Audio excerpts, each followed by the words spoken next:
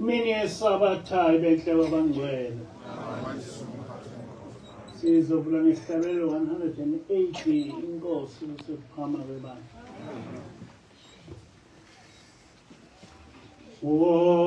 Wozani nonke izizwe, awukeselibasiwe.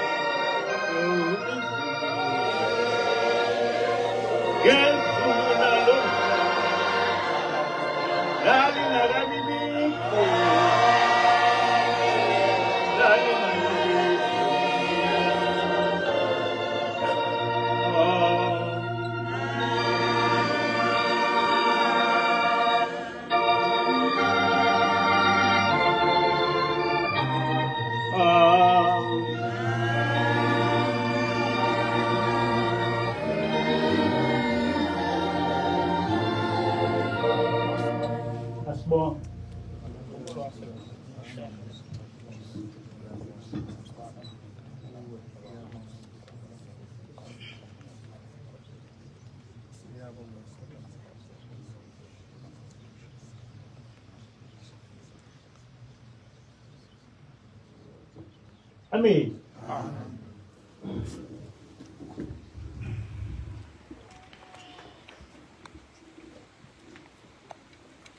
Isihloko salenkonzo sithi uJesu akaze abe senkolweni yobuKristu. uJesu akaze ebe senkolweni yobuKristu. Ngaphambi kokuba ngigxile kulesi sihloko, ngibona kufanele ngichaze kafuphi ngesimo senkolo yami.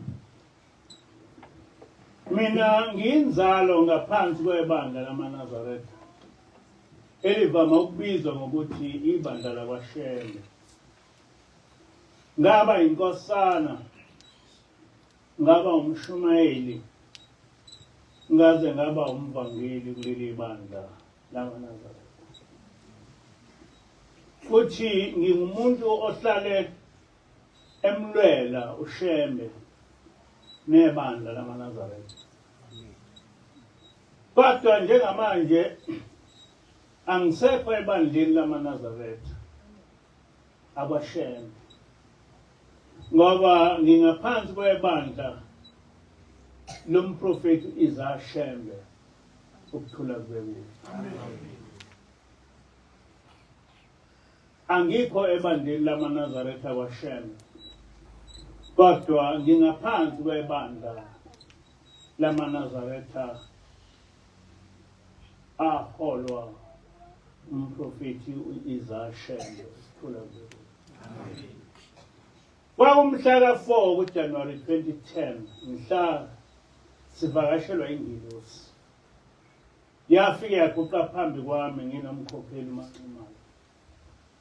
Yabe isithi ithunywe nguShembe ubaba ilanga kimi, uthi angiphume ebandleni lamaNazaretha asebuhleni, bese ngimakhela ibandla likaJehova. Kuleli bandla ngifundise bonke abantu indlela eyiyo yokukhonza uJehova. Ngithathele eBhayibhelini nasezihlabelelweni zamaNazaretha.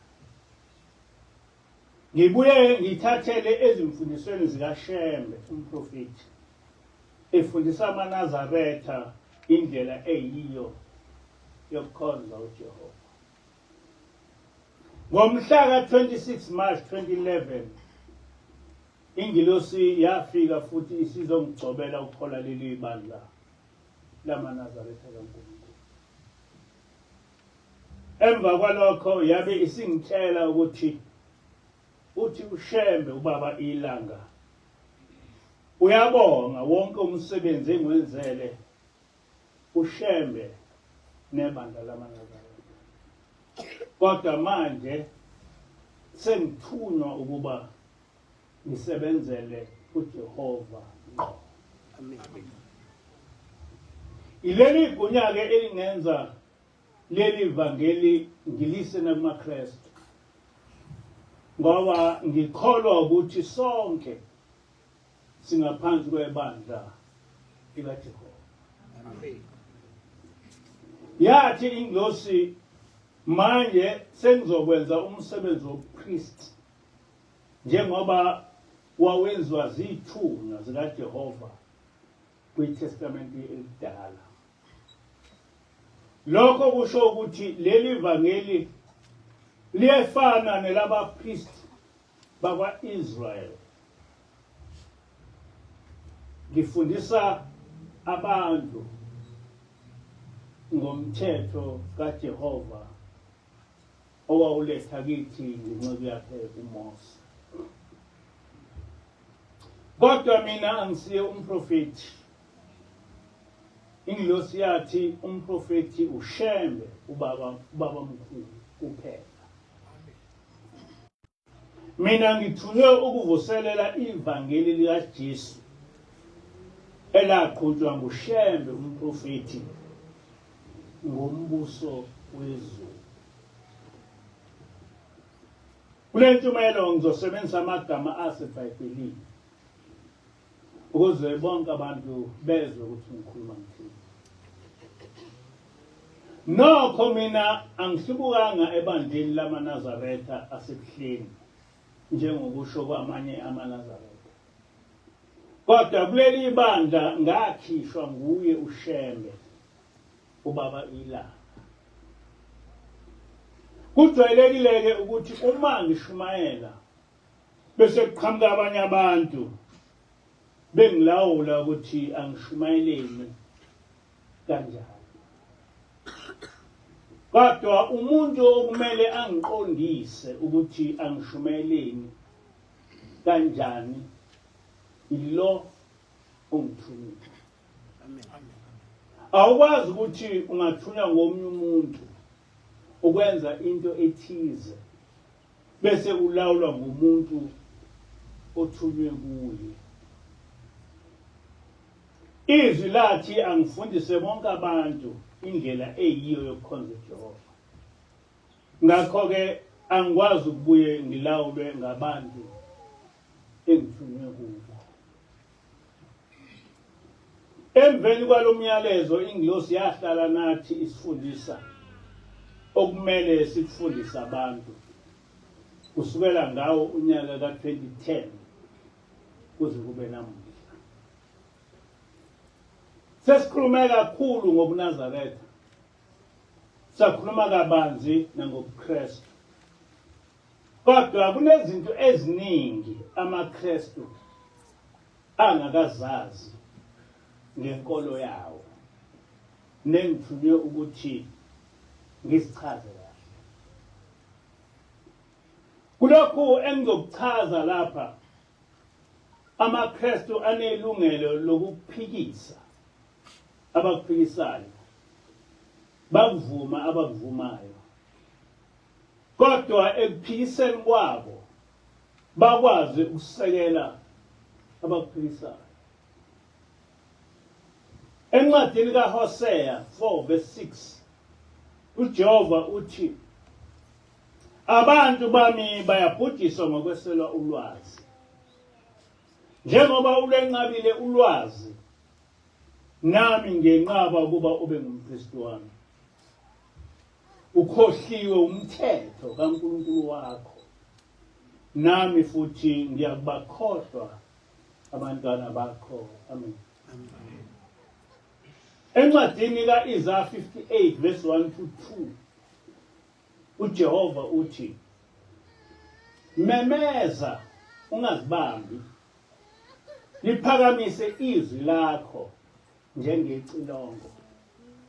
Batshela abantu bami iziphambeko zabo, nendlu kaJakobe izono zabo. Nokho bayangifuna nsuku zonke, bayakuthokozela ukwazi izindlela zami, sengathi bayisizwe esenza ukulunga, esingazishiyanga izimiso zikaNkulunkulu waso. Babuza kimi izehlulelo ezilungileyo, bayakuthokozela ukusondela kukaNkulunkulu. Amen. Kulesi sikhathi uJehova ungithumile uba ngimemezele kubantu bonke umbuso wezulu. Bawemukele abawuthandayo, bayeke abangawuthandi. Akho muntu ophoqile ukudla lelifa lasezulwini.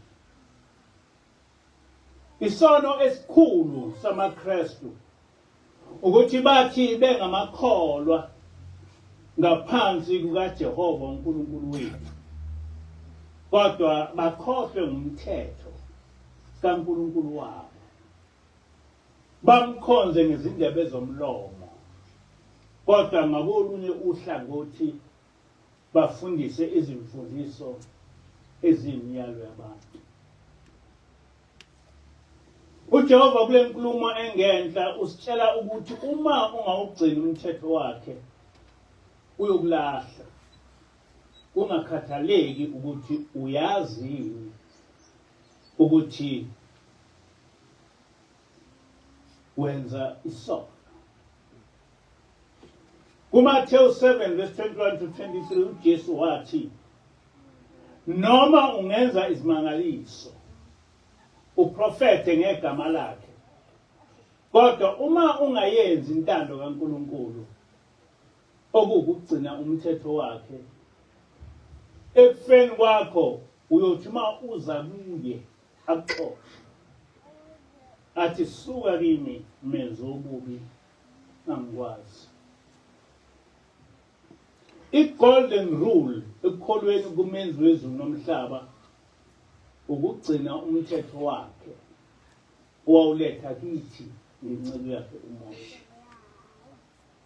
kuMathewu 5 verse 17 to 19 uJesu wafike wayigcizelela le mfundiso kaMose ethi ukukholwa kwethu kuJehova kungukuhamba ngokwezimiso zakhe, njengoba zazifundiswa nguMose nabaprofeti abamlandelayo. Uthi uJesu intando kaNkulunkulu ayenziwe emhlabeni ngendlela efanayo naleyo enziwa ngayo ezulwini. Sonke asibe ngcwele njengabasezulwini. Ngakho-ke kumele ngizicacise lezi zinto sisaphila, ngoba umhlaba usiyasongwa, iningi lethu sizokufa sisebancane.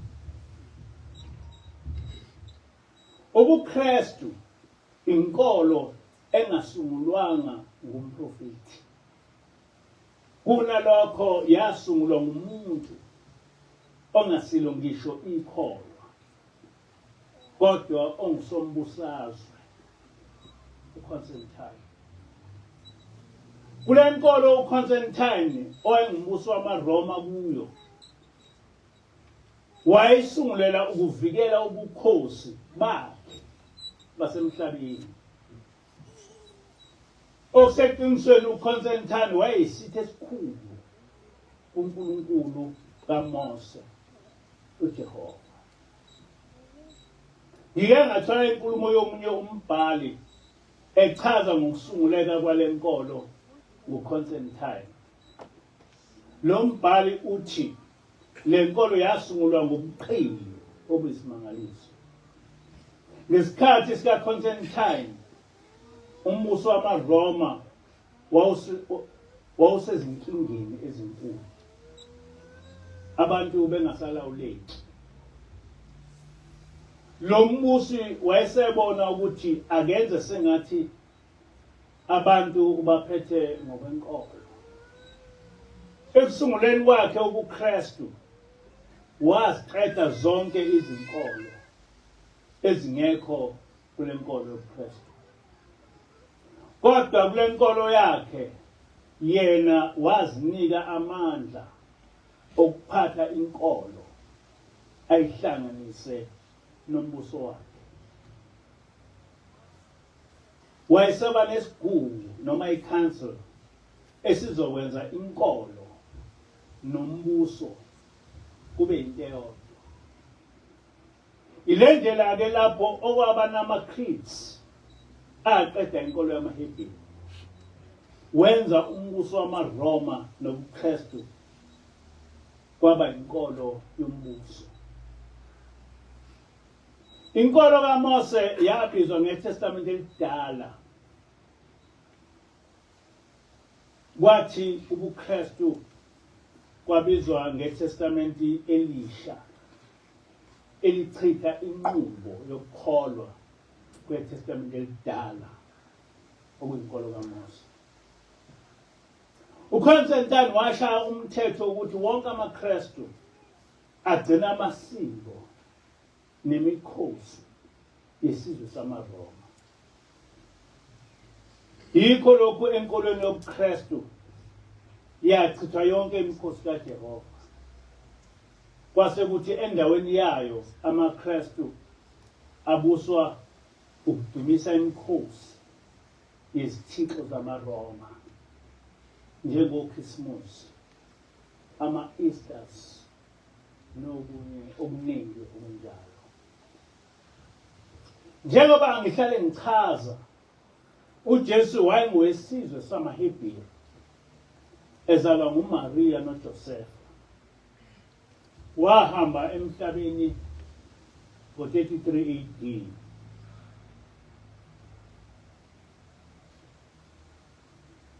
Kodwa ubuKristu obungaphansi kwesizwe samaRoma kwasungulwa ngo-331 AD. Sekwedlule iminyaka engaphezulu ka-260 uJesu wayengumHebheru ahamba emhlabeni. Uma uJesu wayesenkolweni yamaHebheru wahamba emhlabeni ngo-33 AD, ubuKristu basungulwa nguConstantine oliRoma ngo-331 AD. Akwazi ukwenzeka ukuthi uJesu ebe ngumsunguli nomholi wenkolo eyavela engasekho emhlabeni. Njengoba ubhaliwe kwiZenzo 24 verse 5 ukuthi uPawulu wayengumholi webandla lamaNazaretha. Lobu buholi busukela kuJesu.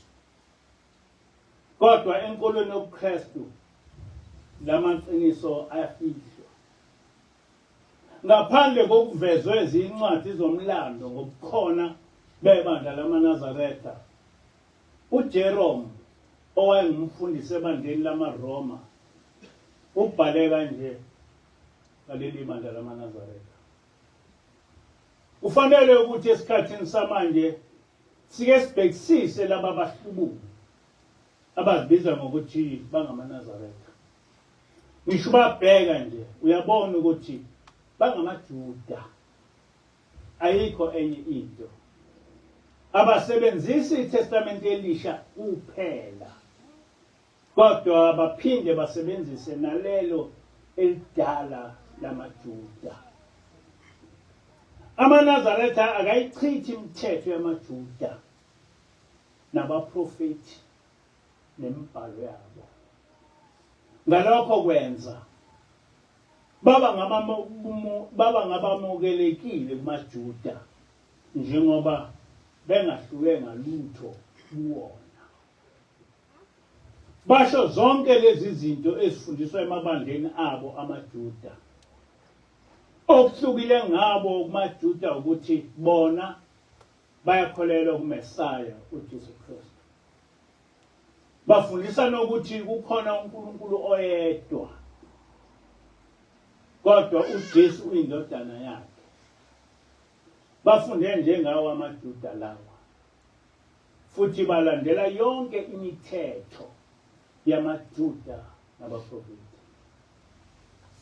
Bona ukubenza ukuthi behluke kwamanye amaJuda ukuthi nje bayamemukela uMesaya, kodwa ngale kwalokho balandela imithetho yonke yamaJuda, okufaka phakathi ukusoka isabatha namanye amadini amaJuda. Amen. Njengoba sesichazile amabandla amaJuda ayemathathu, kungabaFarisi, abaSadusi namaNazaretha. AmaNazaretha ileli bandla elalingabalandeli bakaJesu. Umholi wokuqala waleli bandla kwangumprofeti uJohane. Emva kwakhe kwaba nguJesu. Emva koJesu kwaba ngumfowabo uJakobe. Emva kwaJakobe kwaba nguPawulu. Kodwa enkolweni yobuKristu sifundiswa ukuthi nguJesu ongumsunguli wobuKristu. Nokuthi uPawulu wayengumphostoli enkolweni yobuKristu.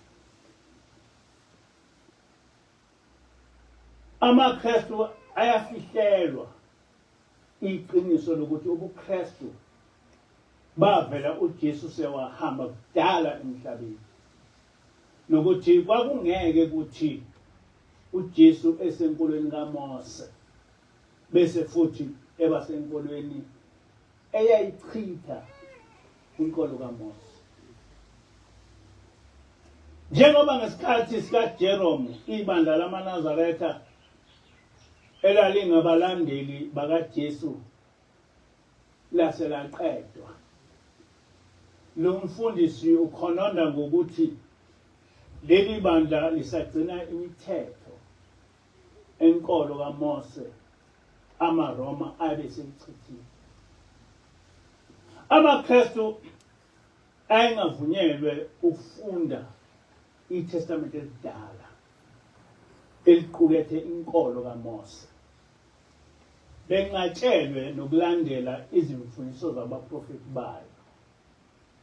Bengavunyelwe ukukholelwa kuNkulunkulu oyedwa. Kwafanele balichithe nesabatha kanye nokusoka. Ngoba lemkhosi isenkolweni kaJehova ochithiwe enkolweni yamaRoma onguKristu. Ufakazi bokuthi naye umpostoli uPawulu wayengaphansi kwenkolo kaMose. Kuyizenzo 28 verse 23 kuthi sebemisele usuku uPawulu baya kuye endlini ngobuningi wabacacisela efakaza ngombuso kaNkulunkulu ebanxanxa ngoJesu ethathela emthethweni kaMose nabaprofeti. Amen. Amen. Siyasakuveza ukuthi amaNazaretha okwangabalandeli bakaJesu babaziwa ngokuthi bangabalondolozi beThora. Lokho ngisho ungavula iGoogle izokutshela ngaleli bandla likaJesu leNazaretha. Elalaziwa ngokuthi noma livuma ukuthi uJesu unguMesaya, kodwa futhi liyaziwa ngokuba ngabalondolozi beThora, lingabagcini bomthetho kaMose.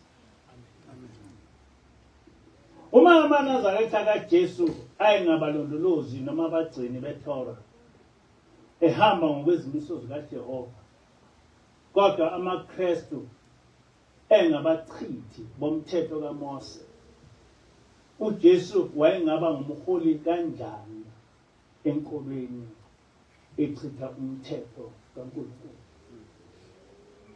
Nokho amaKristu amaningi esizweni esimnyama abazi ukuthi bayinkolo eyichithayo inkolo kaJehova. Futhi abazi ukuthi uJesu lo abathi wasungula uKristu wayenguNazaretha. Abazi futhi ukuthi ubuKristu inkolo yesizwe samaRoma, isizwe esasilwa nenkolo kaJehova. AmaNazaretha kwakulibandla likaJesu elalihamba ngokwezimfundiso zikaJehova owazishiya kuMose. Kodwa amaKristu akaze abe libandla likaJesu. They are fronting ngoJesu. uJesu bamdumisa ngezindebe zomlomo kuphela. Kodwa bayazichitha izimfundiso zakhe ezithi asigcine umthetho kaNkulunkulu.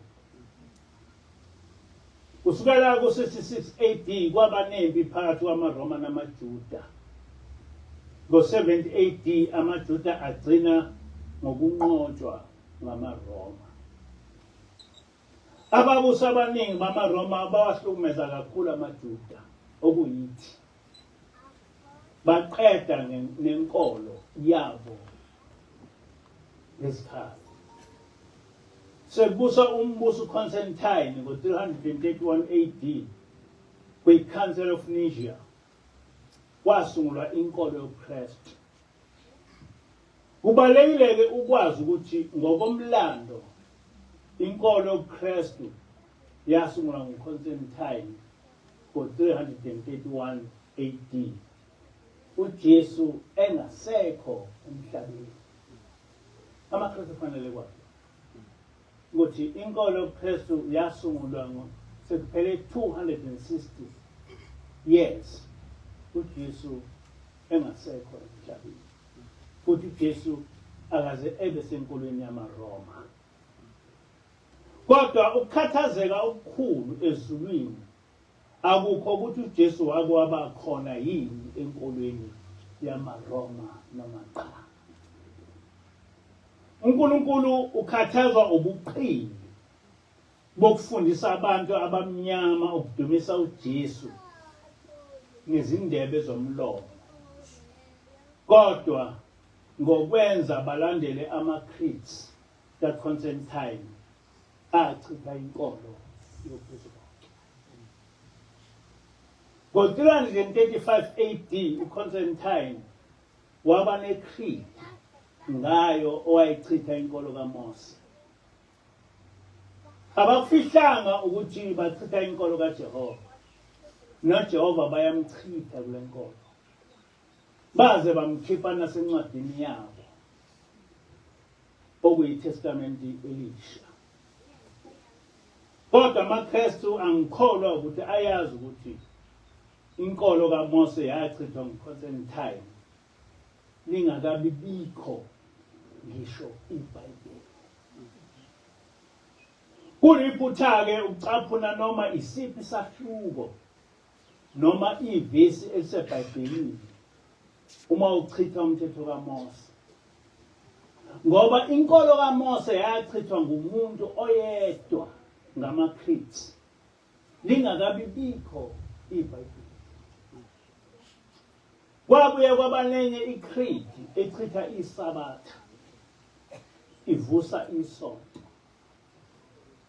Kule Creed kuthiwa iSabatha usuku lamaJuda. Ngakho-ke uma uya esontweni ngeSabatha you are Judaizing. Kwabuye kwaba nenye iCreed ephoqa wonke umuntu ongumKristu ukuthi amukele lonke usiko nemikhuba yesizwe samaRoma. Yikho uthola ukuthi amaKristu ayichitha yonke imikhosi kaJehova eKwiTestamenti elidala. Kodwa esikhundleni sale mikhuba yesizwe samaRoma. Ukuze le mikhosi yabahedeni ilangazelelwe ukugcinwa ngamaKristu, it is fronted by Jesus ngamakholwa, by Jesus Christ. Kwenziwa sengathi le imikhosi eqondene nokukholwa. Ngenkathi abasunguli bobuKristu sebechithe uNkulunkulu onguJehova endaweni yakhe, baqhamuka nesithixo esinguNkulunkulu omthathu emunye, bephikisa inkolo kaNkulunkulu oyedwa. ubuKristu akugcinanga ngokuqeda inkolo yamaHebheru, kodwa bachitha yonke into ethinta ubuzwe balesi sizwe sikaJehova. Umfundisi uAlexander Hislop encwadini yakhe ethi The Two Babylons uthi inkolo yobuKristu yakhelwe phezu kweyabahedeni baseRoma, nayo eyakhelwe kweyaseBhabhiloni, i-mystery religion of Babylon.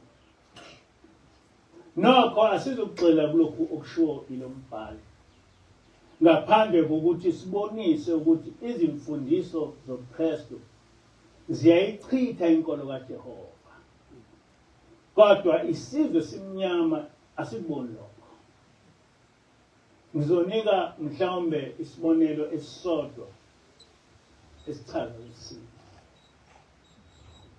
Kusukela encwadini kaGenesis uJehova ukhuluma ngokugcinwa kweSabatha. NakwiTestament Elisha ukhuluma ngokugcinwa kweSabatha. Ngisho uPaul lo amaKristu ovele ezincwadini zakhe njengophikisa uJesu, kodwa wayegcina iSabatha. Noma uJesu sewabethelwa esiphambanweni, abalandeli bakhe abasukanga ekugcineni iSabatha. Uma uJesu nabalandeli bakhe babegcina iSabatha ngisho engasekho emhlabeni, sizathu sini esenza amaKristu engagcini iSabatha? Ingoba amaKristu ngabalandeli bakaConstantine ethi bangaligcini iSabatha, hayi imfundiso kaMose ethi asigcine iSabatha. KuMathewu 5:17-19 uJesu wathi akazile ukuchitha umthetho kaMose, kepha uzowugcwalisa. Wathi umthetho umi ngunaphakade, akunokususwa ngisho ichashaza lomthetho. Waqhubeka uJesu wathi uma kuba nomuntu ongawugcini umthetho abuye afundise abantu ukungawugcini, ngeke angene ezulwini. Kodwa kule nkolo abafundisi abawugcini umthetho kaNkulunkulu, futhi bayabafundisa abalandeli babo ukuthi bengawugcini umthetho kaJehova, bephikisa yena uJesu abathi bayamkhonza. Ngabe amaKristu angabalandeli bakaJesu noma bangabalandeli bakaConstantine? Ngezindebe zomlomo balandela uJesu, kodwa ngezinhliziyo zabo bakude uJesu. Abamkhonzayo uConstantine obafundise ukukhonza uNkulunkulu welanga. Isono esikhulu samaKristu ukuvuma ukusetshenziswa ngabezizwe ukuchitha imithetho kaJehova uNkulunkulu wethu. Kodwa nawo amaKristu ngomlomo wabo bethi uJehova uNkulunkulu wabo. Baphela namaKristu athi uNkulunkulu wabo uJehova. Kungumsebenzi wami-ke ukuba ngimemeze, ngiphakamise izwi njengecilongo, ngitshela abantu bakaJehova izono zabo. Ngesonto eledlule ngishayelwe ucingo insizwa yase-Eastern Cape engumKristu, yathi ibiya enkonzweni yangesonto. Kodwa ekuzweni lentshumayelo ngokuthi kanti uConstantine owathi abasonte ngesonto, ivele yaphumula izingubo zayo yahlala phansi. Yathi ayikwazi ukulahla umyalo kaNkulunkulu ngomthetho womuntu. Ndiyafuna ukwazi kabanzi ngokugcina kwesabatha. Nonke niyamenywa ngabanye ukuthi nisuke ezimfundisweni zomubi ezithi bukelani phansi uJehova ngokuchitha imithetho yakhe owayiloba ngenceku yakhe uMose.